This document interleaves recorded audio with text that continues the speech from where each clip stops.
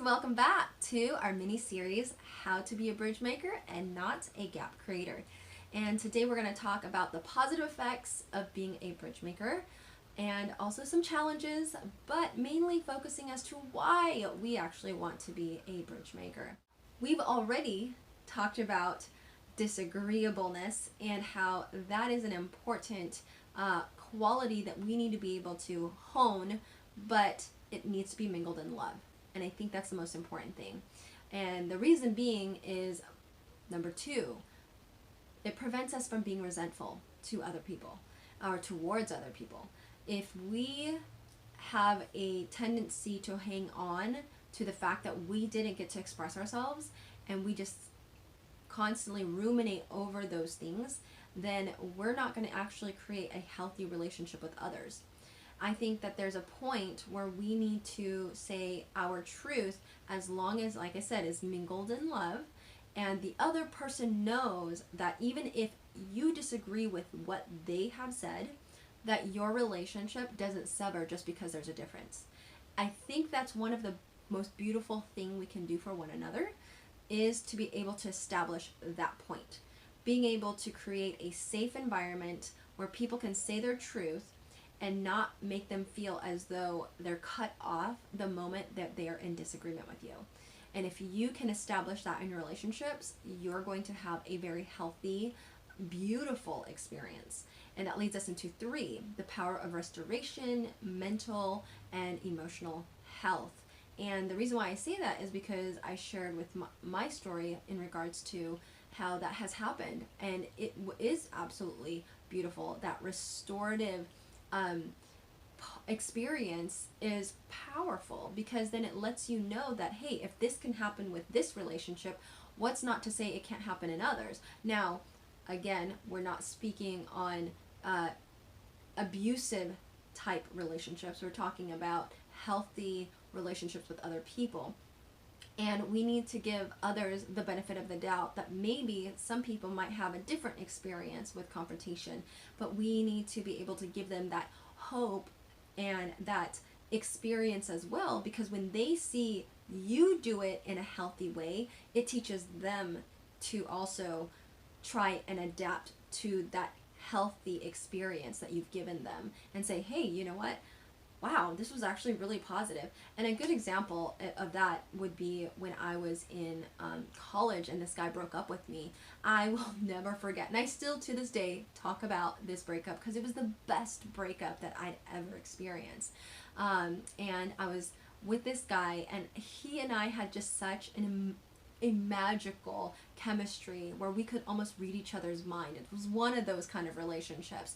And I knew that day that we were hanging out, he'd already gotten to the point where we were over, and we were over like a week in advance, and I sort of already sensed it, but I wanted to hear it from him. And so he ended up, actually I was the one who brought it up to him. I said, hey, I can sense you want to say something to me, so go ahead and tell me, because I already know this is over. And so he shared his truth and I absorbed it. I was sad, but I was also really thankful.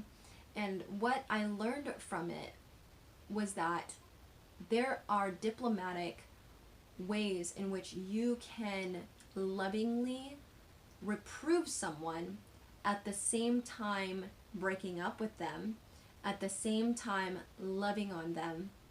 And it was just the most beautiful way that someone could have broken up with me. And I took a part of that into many of my relationships, learning to communicate, learning to express how I felt, and not being necessarily afraid to express what I was experiencing. And it made it a safe place. No, I am not in contact with that person, but I will say I think that we need to have more of that, because it taught me to grow in areas that this person just flat out told me. Because I asked the person, I said, well, what did I do that has turned you off away from me? And maybe that's because I was in that right place in my life, that I'm willing to experience critique. And I think that's one of the other things that we need to be able to do, is be willing to really hear other people and be willing to be reflecting on the criticism that we're receiving. And what I'm saying is we shouldn't take that to such a degree where we become depressed when someone critiques us. We need to be able to say, okay, I acknowledge and I hear what you're saying. Wow, I didn't realize that I did that. Good point for, sharing that with me. Now I know that when I go into my next relationship, I will avoid making the same mistake, and that I'm growing in this particular area that you've pointed out. This is how we need to be as human beings, that when someone shares with us a flaw, we need to be able to be introspective and say, hey, you know what? Like, yes, I can totally see where you're coming from, and I can be willing to accept my part, my actions, and then move forward from there. The other thing that I feel like a lot of people miss out is just the beautiful expression of love. Like, when someone is doing this and they're doing it in a very diplomatic way, they're not yelling at you, they're not cursing you out, they're sitting you down in a setting that hopefully is beautifully intimate, but is not to a point that there's friction in a sense of it's antagonistic. But if they're doing it out of love, like, that is the most beautiful place to be, because that person really loves you enough to tell you what they have observed about your character and think that you need to grow in.